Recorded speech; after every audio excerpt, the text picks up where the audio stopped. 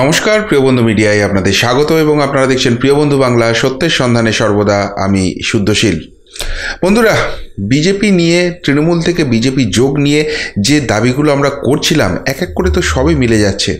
সেই তালিকায় নয়া সংযোজন শুভেন্দু অধিকারী জেলার প্রাক্তন তৃণমূলী মন্ত্রীকে নিয়ে, এমনকি তাকে মন্ত্রিত্ব থেকে সরিয়ে জেলা সভাপতি করা হয়েছিল, যদিও এখন কোনো পদেই নেই তিনি, কিন্তু সেই মন্ত্রীকে নিয়ে কিন্তু ক্রমশ জল্পনা বাড়ছে।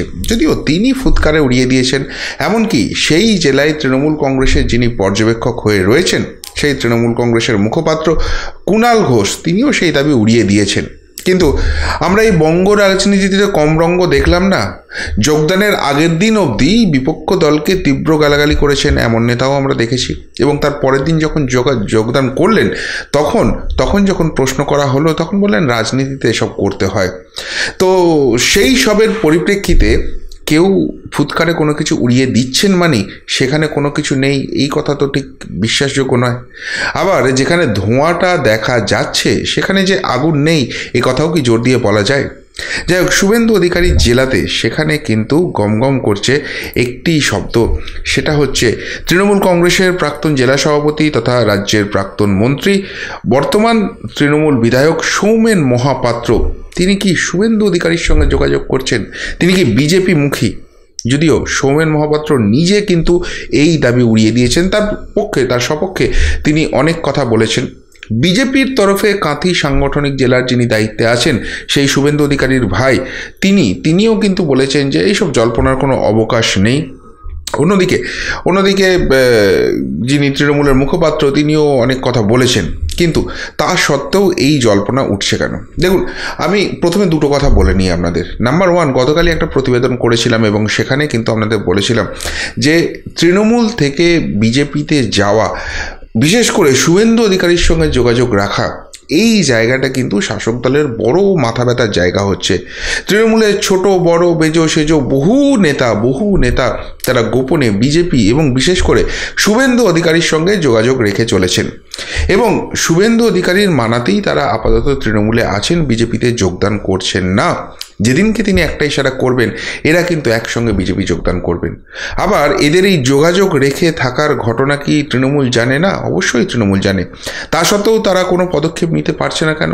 তারা নিতে পারছে না এই কারণেই, এই যে তৃণমূলের সংগঠনটা এই জেলাতে, সেটা কিন্তু শুভেন্দু অধিকারী, বিশেষ করে অধিকারী পরিবারের হাতে করে তৈরি, এবং সেই জায়গায় যদি সত্যি শাস্তিমূলক ব্যবস্থা নিতে হয় তাহলে ঠকবাজতে গা উজাড় হয়ে যাওয়ার জোগাড় হবে, এবং তৃণমূলের পতাকা ধরার লোকও এই দুই জেলায় পাওয়া যাবে না, এমনটাই হাঁড়ির হাল। আর তাই সব জেনেও চুপ করে বসে থাকতে হয়েছে। এটা ছিল একটা পয়েন্ট। এবং 2 নম্বর পয়েন্ট যেটা আমি বলেছিলাম, যে অভিষেক বন্দ্যোপাধ্যায় দিল্লিতে গিয়ে ওই 100 দিনের কাজ, তারপর আবাস যোজনার পাওনা টাকা, এই নিয়ে যে রাজনৈতিক কর্মসূচি করতে গিয়েছিলেন, সেখানে তিনি দলের সমস্ত সাংসদ, বিধায়ক, নেতা, মন্ত্রীকে নিয়ে গিয়েছিলেন, এবং সেইখানে তারা ভিড় দেখিয়ে দাবি করেছিলেন, দেখো অভিষেক বন্দ্যোপাধ্যায়ের নেতৃত্ব কিভাবে প্রতিষ্ঠিত হয়েছে, তার কাছে কীরকম রয়েছেন সব হেভিওয়েট দাপুটে নেতারা, প্রবীণ নেতারা। সুতরাং তার নেতৃত্ব মমতা বন্দ্যোপাধ্যায়ের পরে মেনে নিতে দলের মধ্যে কোনো ব্যাপার নেই। তার থেকেও বড় কথা, তার এই কর্মসূচি কি বিশাল সফল হয়েছে, যেখানে তার একটা ডাকে মমতা বন্দ্যোপাধ্যায় উপস্থিত নেই, তাও এরকম বিশাল সমাগম হয়েছে। অথচ আমাদের দাবি ছিল যে একটা সম্ভাবনার কথা উঠে আসছে, একটা জল্পনার কথা বারবার শোনা যাচ্ছে, সেটা হচ্ছে যে তৃণমূলের যারা নেতা, মন্ত্রী, বিধায়ক, সাংসদ আছেন, তারা এই অপরচুনিটিটাই খুঁজছিলেন যে দিল্লি যেতে হবে। কেননা এই রাজ্যে থাকা অবস্থায় তারা নাকি সার্ভিলেন্সে থাকেন, তারা চাইলেও তারা কোনো যোগাযোগ করতে পারেন না, যেখানেই যা যোগাযোগ করবেন সমস্তটাই নাকি নোটিফাই হয়ে যায় একদম সর্বোচ্চ লেভেলে, সর্বোচ্চ স্তরে। তো সেই জায়গা থেকে তারা যখন দিল্লি যাওয়ার অপরচুনিটি পাচ্ছেন, সেই অপরচুনিটিকে তারা কিছুতেই হারাতে চাননি, এবং সেখানে গিয়ে যেখানে যার সঙ্গে যা meeting, setting, hating, fitting, batting যা করার আছে তারা করে ফেলেছেন, এবং তারা মুচকি হাসছেন যে এটা তাদেরকে বকলমে অভিষেক ব্যানার্জি যেন একটা সুবিধা করে দিয়েছেন। তাদের দলের বাইরে যেখানে যা মিটিং করার আছে, সেটিং করার আছে, সেইটা তারা করে ফেলতে পেরেছেন। এবং এই সৌমেন মহাপাত্রের ঘটনা ঘিরে কিন্তু এই দুটো ঘটনায় বেশ জবরদস্ত করে সামনে চলে এসেছে, এবং মুখ বাঁচাতে তৃণমূল কংগ্রেসকে অনেক কথা বলতে হচ্ছে, কিন্তু তাতেও এক ফোঁটা জল্পনা থামছে না। দেখুন, এর আগে যেটা একদম প্রকাশ্যেই দেখা গিয়েছিল সেটা হচ্ছে যে মমতা বন্দ্যোপাধ্যায়ের নির্বাচনী যুদ্ধের যিনি সেনাপতি ছিলেন সেই শেখ সুফিয়ানের সঙ্গে বিজেপির একটা ঘনিষ্ঠতা পঞ্চায়েত নির্বাচনের আগে থেকেই সেটা নিয়ে জল্পনা উঠছিল, এবং এরপর শেখ সুফিয়ানের জামাইকে যখন ওই পঞ্চায়েত প্রধান করার জন্য বিজেপি সমর্থন করে দিল, তখন কিন্তু সেই জল্পনা আরও বাড়তে শুরু করলো যে যতই তৃণমূলের টিকিটে জিতুক, যতই তৃণমূল সেখানে জোর করে জেতার চেষ্টা করুক, যতই নিজেদের বোর্ড গঠন করুক, আদতে সমস্ত কন্ট্রোলটাই থেকে গেছে বিজেপির হাতে, বিশেষ করে শুভেন্দু অধিকারীর হাতে। এরপর যিনি তৃণমূলের কাঁথির পুরপ্রধান ছিলেন সেই সুবল মান্না, তার সঙ্গে শিশির অধিকারীর যে ওই কথোপকথন, তার যে পায়ে হাত দিয়ে প্রণাম, এই নিয়েও কিন্তু জল্পনা ছড়িয়েছিল এবং বলেছিলাম যে তৃণমূলের অস্বস্তি এতে বাড়ছে। এবার সৌমেন মহাপাত্রকে নিয়ে কি হচ্ছে? সৌমেন মহাপাত্রকে নিয়ে যেটা শোনা যাচ্ছে, যেটা তৃণমূলের অন্দরেই গুঞ্জন উঠছে, যেটা নিয়ে মেন কথা, সেটা হচ্ছে এই যে দিল্লিতে যে অভিষেক বন্দ্যোপাধ্যায়ের কর্মসূচি ছিল, সেই সময় সৌমেন মহাপাত্র সেখানে দিল্লিতে গিয়েছিলেন এবং সেই সময়ে শুভেন্দু অধিকারীও সেখানে ছিলেন। এই শুভেন্দু অধিকারীর সঙ্গে সৌমেন মহাপাত্র সেখানে বৈঠক হয়, এমন গুঞ্জন কিন্তু তৃণমূলের অন্দরেই ঘুরছে। এটা আমার কথা নয়, আপনার কথা নয়, একদম তৃণমূলের পূর্ব মেদিনীপুরে কারোর সঙ্গে কথা বলুন, এই জল্পনা হচ্ছে যে সৌমেন মহাপাত্র তিনি কিন্তু শুভেন্দু অধিকারীর সঙ্গে যোগাযোগ করেছেন। এবার এই ঘটনাটায় রাজনীতিতে তো আমরা রোজই এদিক ওদিক দলবদল দেখছি, এত আশ্চর্য হওয়ার কি আছে? এত আশ্চর্য হওয়ার আছে এই কারণেই, এই সৌমেন মহাপাত্র যখন তৃণমূলে আছেন এবং শুভেন্দু অধিকারীও তৃণমূল ছাড়েননি, সেই সময় শুভেন্দু অধিকারীর বা অধিকারী পরিবারের বিরোধী শিবির হিসেবেই কিন্তু সৌমেন মহাপাত্রকে দেখা হতো। এবং সেই কারণেই আপনারা দেখেছেন যে শুভেন্দু অধিকারী দলত্যাগের পরে পূর্ব মেদিনীপুরে অধিকারী পরিবারের বিরোধী বলে যারা পরিচিত তাদেরকেই কিন্তু বেছে বেছে দায়িত্ব দেওয়া হয়েছিল। যেমন অখিলগিরির একটা বড় দায়িত্ব ছিল সেখানে, সেরকম সৌমেন মহাপাত্রও কিন্তু সেখানে দায়িত্ব পেয়েছিলেন এবং যথারীতি তিনি মন্ত্রিত্বও পেয়েছিলেন। কিন্তু পরবর্তীকালে তাকে মন্ত্রিত্ব থেকে সরিয়ে দেওয়া হয়, কেননা তাকে সাংগঠনিকভাবে পূর্ব মেদিনীপুরে কনসেন্ট্রেট করতে বলা হয়। কিন্তু রিসেন্টলি দেখা গেছে যে সেই জেলা সভাপতির পদ থেকেও সৌমেন মহাপাত্রকে সরিয়ে দিয়েছে এবং এটা কিন্তু খুব সিগনিফিক্যান্ট তৃণমূল কংগ্রেসের জন্য। কেননা সৌমেন মহাপাত্রকে কার জায়গায় জেলা সভাপতি করা হয়েছিল? না, শিশির অধিকারীর জায়গায়। শিশির অধিকারীর পুত্র শুভেন্দু অধিকারী বিজেপিতে গেছেন, তিনি কিন্তু এখনো তৃণমূলে আছেন, কিন্তু অধিকারী পরিবার মানেই কিন্তু আর তখন তৃণমূলের বিশ্বাসের খাতায় ছিল না। কেননা সকলেই মনে করেন যে শিশির অধিকারীর সবুজ সংকেত না থাকলে শুভেন্দু অধিকারীর পক্ষে এত বড় রাজনৈতিক সিদ্ধান্ত নেওয়া সম্ভব ছিল না এবং সেই জায়গায় সৌমেন মহাপাত্রকে কিন্তু জেলা সভাপতির দায়িত্ব দেওয়া হয়। সেই সৌমেন মহাপাত্রকে কিন্তু রিসেন্টলি জেলা সভাপতির পদ থেকে সরিয়ে দেওয়া হয়েছে এবং এই জায়গা থেকেই কি কোথাও গিয়ে অভিমানটা বেড়েছে যে আমি এক সময় এই জেলায় অধিকারী পরিবারের বিরোধী ছিলাম, তৃণমূলে থাকা অবস্থাতেও ছিলাম এবং সেই জায়গায় শুভেন্দু অধিকারী বিজেপিতে যাওয়ার পর শুভেন্দু অধিকারীর যা ইম্প্যাক্ট রয়েছে রাজ্য রাজনীতিতে, সেই জায়গাতেও আমি ঝুঁকি নিয়ে একটা কোথাও গিয়ে প্রতিবাদের জায়গাটা রেখেছিলাম, তৃণমূলের হয়ে লড়াইটা চালিয়ে গিয়েছিলাম, কিন্তু দল সেই জায়গাটা গুরুত্ব দিল না এবং সেই কারণেই কি সৌমেন মহাপাত্র বিজেপি যোগের সম্ভাবনা, এই জল্পনা যখন ভাসছে তখন সৌমেন মহাপাত্র কিন্তু সংবাদ মাধ্যমকে বেশ কিছু কথা বলেছেন। কিন্তু সেই কথার মাঝখানেই কিন্তু বহু প্রশ্ন আবার উঠে যাচ্ছে। সৌমেন মহাপাত্র কি বলছেন শুভেন্দু তখন দিল্লি যান ঠিকই, তবে আমার সঙ্গে সাক্ষাতের কথা ভিত্তিহীন। বেশ, তিনি উড়িয়ে দিয়েছেন এই কথাটা, কিন্তু এর পরের যে অংশটা বলেছেন সেটা আবার খুব ইন্টারেস্টিং। তিনি কি বলছেন যারা আমার বিরুদ্ধে এ ধরনের প্রচার করছেন তারাই রাতের অন্ধকারে শুভেন্দুর সঙ্গে যোগাযোগ রেখে চলেছে।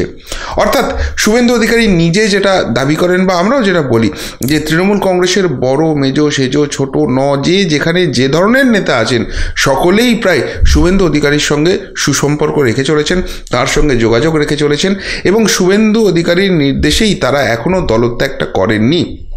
তাহলে যদি সৌমেন মহাপাত্রর দিকে অভিযোগটা যায় তাহলেও সেই অভিযোগের সত্যটা প্রমাণিত হয়, যোগাযোগ রেখে চলেছেন। আবার সৌমেন মহাপাত্রের কথা যদি সঠিক হয় যে তাকে অপদস্থ করতে যারা অভিযোগ করছেন তারাই অ্যাকচুয়ালি শুভেন্দু অধিকারীর সঙ্গে যোগাযোগ রেখে চলেছেন, ধরে নিলাম সেই কথাই সত্যি, কিন্তু তাহলে তৃণমূলের নেতারা যে বিজেপির সঙ্গে বা শুভেন্দু অধিকারীর সঙ্গে যোগাযোগ রেখে চলছেন, এই যে দাবিটা আমরা করেছিলাম সেটাই তো মান্যতা পাচ্ছে কোথাও গিয়ে। এবার সংবাদ মাধ্যমের তরফে সৌমেন মহাপাত্রকে একটা অস্বস্তিকর প্রশ্ন করা হয় সেটা হচ্ছে আমরা দেখেছিলাম যে শুভেন্দু অধিকারী যখন দল পরিবর্তন করলেন তখন কিন্তু রীতিমতো আক্রমণাত্মক ছিলেন এই সৌমেন মহাপাত্র। সৌমেন মহাপাত্র চোখা চোখা শব্দ ব্যবহার করছেন শুভেন্দু অধিকারী সম্বন্ধে, এবং শুভেন্দু অধিকারীও কিন্তু পাল্টা ফিরিয়ে দিচ্ছেন। সেই সৌমেন মহাপাত্র হঠাৎ করে কেন চুপ হয়ে গেলেন? কার্যত শুভেন্দু অধিকারী নিয়ে তিনি আর মুখই খুলছেন না কেন? কি হঠাৎ হয়ে গেল?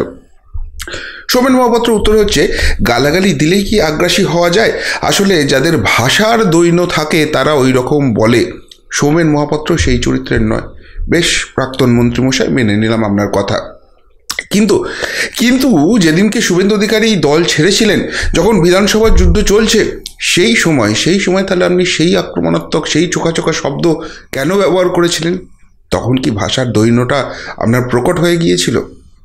উত্তর কিন্তু মিলছে না সেটার। সৌমেন মহাপাত্র আরও বলেছেন যে শুভেন্দু অধিকারী তৃণমূলে থাকাকালীন তার অন্যায়ের বিরুদ্ধে লড়াই করেছিলাম আমি। একদম ঠিক কথা। আমরা তো বললামই যে শুভেন্দু অধিকারীর বিরোধী শিবির বা অধিকারী পরিবারের বিরোধী শিবির যারা, শুভেন্দু অধিকারী দল ছাড়ার পর তাদেরকেই দায়িত্ব দেওয়া হয়েছিল, এবং সেই হিসেবে অখিলগিরি, আপনি, সৌমেন মহাপাত্র, আপনারা দায়িত্ব পেয়েছিলেন। এই নিয়ে কারোর মনে কোনো সংশয় নেই যে আপনারা অধিকারীদের বিরোধী ছিলেন। কিন্তু সেই কথা নতুন করে এখন কেন স্মরণ করিয়ে দিতে হচ্ছে? এ তো ঠাকুর ঘরে কের মতো কেস হয়ে যাচ্ছে, নয় কি? তিনি আরও বলেছেন যে শুভেন্দু এখন প্রধান বিরোধী দল বিজেপিতে, তাই শুভেন্দুও আমার বিরোধী। কিন্তু এ কি শুধু ব্যক্তি শুভেন্দুর বিরুদ্ধে লড়াই যে আমাকে গালাগাল করতে হবে? তাহলে যেদিনকে শুভেন্দু অধিকারী তৃণমূল ছেড়েছিলেন এবং বিজেপিতে যোগদান করেছিলেন, সেদিনকে কেন ব্যক্তি শুভেন্দুকে আক্রমণ করেছিলেন? আর এখন তো তৃণমূল কংগ্রেসের ট্রেন্ড হয়ে যাচ্ছে যে যদি নাম্বার পেতে হয় তাহলে শুভেন্দু অধিকারীর বিরুদ্ধে আক্রমণাত্মক হও, তাকে বিলো দ্য বেল্ট আঘাত করো, তার বিরুদ্ধে কুরুচিকর শালীনতাহীন আক্রমণ শানাও, তাহলেই নাম্বার বাড়বে। অন্য কোনো কিছুতে তো নাম্বার বাড়ছে না। তাহলে এখন শুভেন্দুকে হঠাৎ আপনার আক্রমণ করার দরকার নেই, এই ধারণাটা কেন হলো? এর ফলে অনেক প্রশ্নের জন্ম দিচ্ছে। কিন্তু যাই হোক, সৌমেন মহাপাত্র নিজে বলেছেন তিনি এই ধরনের কোনো রকম কোনো ব্যাপারে নেই। এবং আবারও বললাম যে তৃণমূল কংগ্রেসের তরফে যিনি দায়িত্বে আছেন, কুণাল ঘোষ, তিনিও কিন্তু বলেছেন যে না, এরকম কোনো ব্যাপার নেই। সৌমেনবাবু রাজনৈতিক ব্যক্তি, তার হয়তো আক্রমণের স্বভাবসিদ্ধ একটা ভঙ্গি আছে যেখানে এই ধরনের তিনি খুব আক্রমণাত্মক হতে পারেন না। অনেক কথা তিনি বলেছেন, সেটাকে চাপা দেওয়ার চেষ্টা করেছেন। কিন্তু সৌমেন মহাপাত্র যে রিয়াকশন দিয়েছেন তাতে একটা জিনিস অন্তত স্পষ্ট হয়ে গেছে যে তৃণমূলের সর্বস্তরের নেতাদের সঙ্গে কিন্তু শুভেন্দু অধিকারীর যোগাযোগ রয়েছে, এবং যোগাযোগটা কিন্তু সেই নেতাদের তরফ থেকেই, তাদের দায়টা যেন অনেক বেশি সেই যোগাযোগটা রাখার। ফলে আমরা যে দাবিটা করছিলাম যে পূর্ব মেদিনীপুর সহ প্রায় গোটা রাজ্যেই শুভেন্দু অধিকারী তো একসময় তৃণমূলের হয়ে দায়িত্ব পেয়েছিলেন, সংগঠনটা নিজের হাতে সামলেছিলেন। ফলে বিভিন্ন জেলায় তারা কিন্তু ধীরে ধীরে শুভেন্দু অধিকারী থ্রু দিয়ে বিজেপিতে যোগাযোগটা বাড়াচ্ছেন।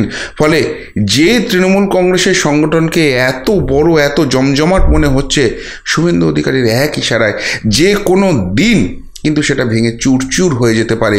এবং যদি রাজনীতিগতভাবেও হয়, যেটা শুভেন্দু অধিকারী অনেক সময় বলেও থাকেন যে তোমরা ওদিকেই থাকো, ওখান থেকেই যা করার করো, অর্থাৎ তৃণমূল কংগ্রেসের অন্তরের থেকেও কিন্তু তারা তৃণমূল কংগ্রেসের রাজনৈতিক ক্ষতিটা করে দিতে পারে, যাতে আখেরে লাভটা হবে কিন্তু বিজেপির। ফলে যতই সৌমেন মহাপাত্র মুখে এই কথা বলুন না কেন, আদতে তৃণমূল কংগ্রেসের অভ্যন্তরের সমস্ত খবরই শুভেন্দু অধিকারীর কাছে আসছে, এবং সেটা শুভেন্দু অধিকারী ইশারা করলেই ভাঙনটা যে কোনো দিন প্রকট হবে। এখন অন্য একটা প্রশ্ন উঠছে অবশ্য, যে 2021-এর আগে এইভাবে তৃণমূল ভাঙিয়ে বিজেপিকে বাড়িয়ে তাতে দলের ক্ষতি হয়েছে নাকি? তো সেই স্ট্র্যাটেজি যদি আগামী দিনেও নেওয়া হয়, বিজেপির বড় ক্ষতি হয়ে যাবে। তো প্রশ্ন নম্বর 1, সৌমেন মহাপাত্রের মতো নেতারা যারা একদিন শুভেন্দু বিরোধী ছিলেন, তারাও বুঝে গেছেন যে এই বঙ্গ রাজনীতিতে শুভেন্দু অধিকারী বিনা গতি নেই, এবং সেই জন্য তার সঙ্গে সুসম্পর্ক বজায় রাখার চেষ্টা করছেন, তার থ্রু দিয়ে বিজেপিতে আসার চেষ্টা করছেন। আর প্রশ্ন নাম্বার 2, যদি সত্যিই তারা সেটা করেও থাকেন, বিজেপি কি সেটাকে আর অ্যালাউ করবে? অতীতের শিক্ষা নিয়ে সেই জায়গায় কি তারা বাঁধ দেবে? আপনাদের কি মনে হচ্ছে? উত্তরটা অবশ্যই কমেন্ট বক্সে কমেন্ট করে জানাবেন। এখনকার মতো এখানেই শেষ করলাম, ফেরত আসছি নতুন প্রতিবেদন নিয়ে খুব তাড়াতাড়ি। ভালো থাকবেন, সাথে থাকবেন, পাশে থাকবেন। নমস্কার।